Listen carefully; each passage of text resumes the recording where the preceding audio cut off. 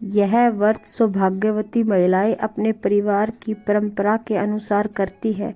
इस व्रत को 12 या 16 वर्ष तक लगातार किया जाता है।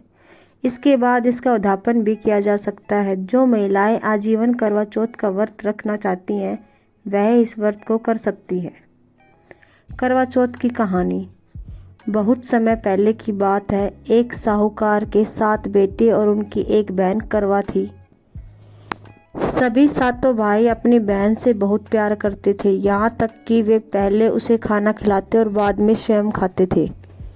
एक बार उसकी बहन ससुराल से मायके आई हुई थी।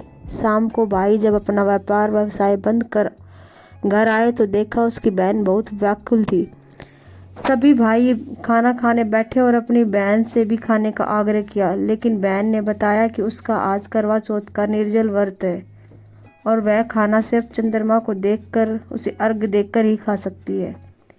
क्योंकि चंद्रमा अभी तक नहीं निकला है, इसलिए वह भूख प्यास से व्याकुल हो उठी है।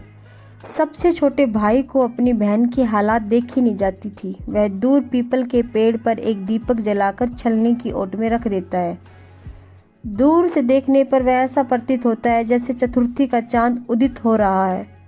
इसके बाद भाई अपनी बहन को बताता है कि चांद निकल आया है, तुम उसे अर्घ देने के बाद भोजन कर सकती हो। बहन खुशी के मारे सीढ़ियों पर चढ़कर चांद को देखती है तो उसे अर्घ देकर खाना खाने बैठ जाती है। वह पहला टुकड़ा मुंह में डालती है तो उसे छींक आ जाती है। दूसरा टुकड़ा डालती है तो उसे बाल निकल आता है और जैसे ही तीसरा टुकड़ा मुंह में डालने की कोशिश करती है तो उसके पति की मृत्यु का समाचार उसे मिलता है। वह बौखला जाती है। उसकी भाभी उसे सच्चाई से अवगत कराती है कि उसके साथ ऐसा क्यों हुआ। करवा चौथ का व्रत गलत तरीके से टूटने के कारण देवता उससे नाराज हो गए हैं और उन्होंने ऐसा किया है। सच्चाई जानने के बाद करवा निश्चय करती है कि वह अपने पति का संस्कार नहीं होने देगी और उन्हें पुनः जीवन दिलाकर रहेगी।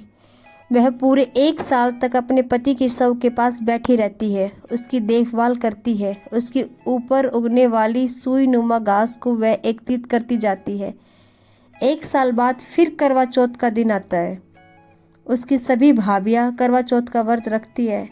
जब भाभियाँ उससे आशीर्वाद लेने आती है तो वह प्रत्येक भाभी से यम सुई ले लो, पिए सुई ले दो, मुझे भी अपनी जैसी सुहागिन बना दो, ऐसा आग्रह करती है।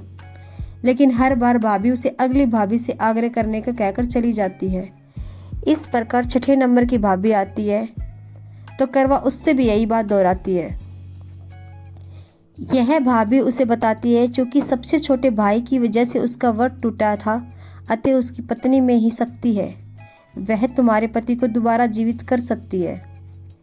इसलिए जब वह आए तो तुम उसे पकड़ लेना और जब तक वह तुम्हारे पति को जिंदा न कर दे उसे नहीं छोड़ना। ऐसा कहकर वह चली जाती है। सबसे अंत में छोटी भाभी आ जाती है। करवा उससे भी सुहागिन बनने का आग्रह करती है, लेकिन वह टाल मटोली करने लगती है। इसे देख करवा उसे जोर से पकड़ लेती है और अपने सुहाग को जिंदा करने के लिए कहती है। भाभी उससे छुड़ाने के लिए नोचती है, खसोटती है, लेकिन करवा नहीं छोड़ती। अंत में उसकी तपस्या को देख भाभी का दिल पसीज जाता है और अपनी छोटी उंगली को चीरकर उसमें से अमृत उसके पति के मुंह में डाल देती है। करवा का पति तुरंत श्री गणेश कहता हुआ उठ बैठता है। इस प्रकार प्रभु कृपा से उसकी छोटी भाभी के माध्यम से करवा को अपना सुहाग वापस मिल जाता है। हे श्री गणेश, माँ गौरी, जिस प्रकार करवा को चिर सुहागन का वरदान आपसे मिला है वैसा ही सब सुहागनों को मिले। आप सभी बहनों को हमारी तरफ से हैप्पी करवा चौथ।